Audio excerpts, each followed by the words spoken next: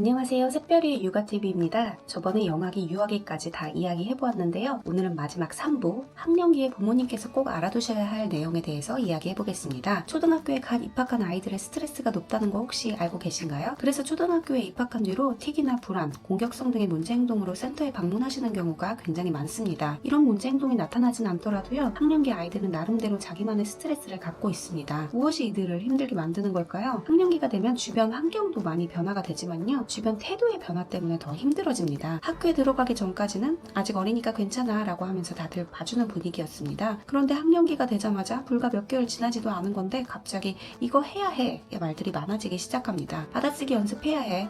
수업 시간에 움직이면 안 돼. 숙제해야 해. 갑자기 왜 이렇게 해야 할 것들이 늘은 거죠? 그러다 보니 아이들은 해내야 한다는 스트레스와 부담감을 느끼기 시작합니다. 해야 할 것들을 잘 못하게 되면 낙오된다는 생각이 더 클 거고요. 그 과정에서 열등감을 강하게 느낄 수밖에 없습니다. 여기서 열등감이라는 용어가 중요한데요. 학령기의 열등감은 학업뿐만 아니라 또래관계, 운동, 악기, 뭐 등등 다양한 영역에서도 나타나기가 쉽습니다. 열등감과 같은 용어인 컴플렉스는 초등학교 이후로 형성될 가능성이 높습니다. 이 영상을 보시는 부모님들도 한번 어렸을 적을 생각해보세요. 나이가 컴플렉스는 초등학교 이후에 생겨난 것들이 더 많지 않나요? 사실 기억이 안 나실 수도 있겠네요.